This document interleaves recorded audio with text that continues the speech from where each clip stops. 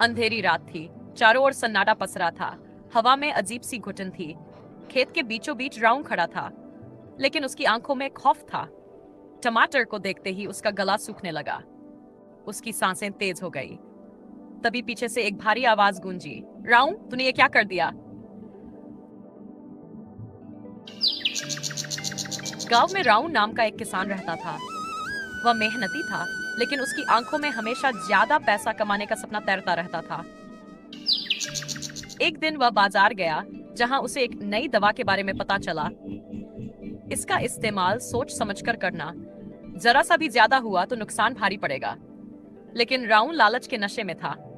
उसने दवा खरीदी और बिना कुछ सोचे अपने पूरे खेत में छिड़काव कर दिया। कुछ ही दिनों में उसके टमाटर पहले से दोगुने बड़े और लाल दिखने लगे। गांव के लोग भी हैरान थे। ऐसे लाल टमाटर पहले कभी नहीं देखे। राउन खुश था, बल्कि यूं कहें कि वह खुद को सबसे चतुर समझ रहा था।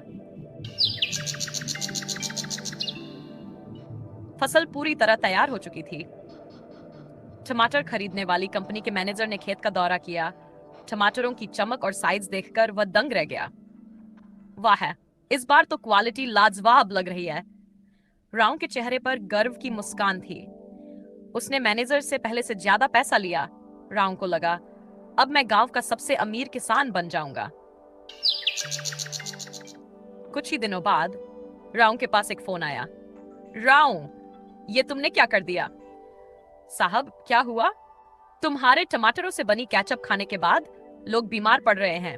कंपनी पर केस हो गया है। राउन के हाथ से फोन गिर गया।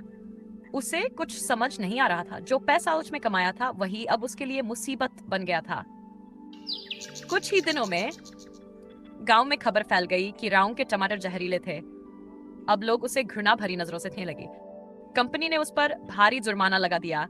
उसके खेत बिकने की नौबत आ गई। राउन की पत्नी रोते हुए बोली, मैंने कहा था ना, ज्यादा लालच मत करो।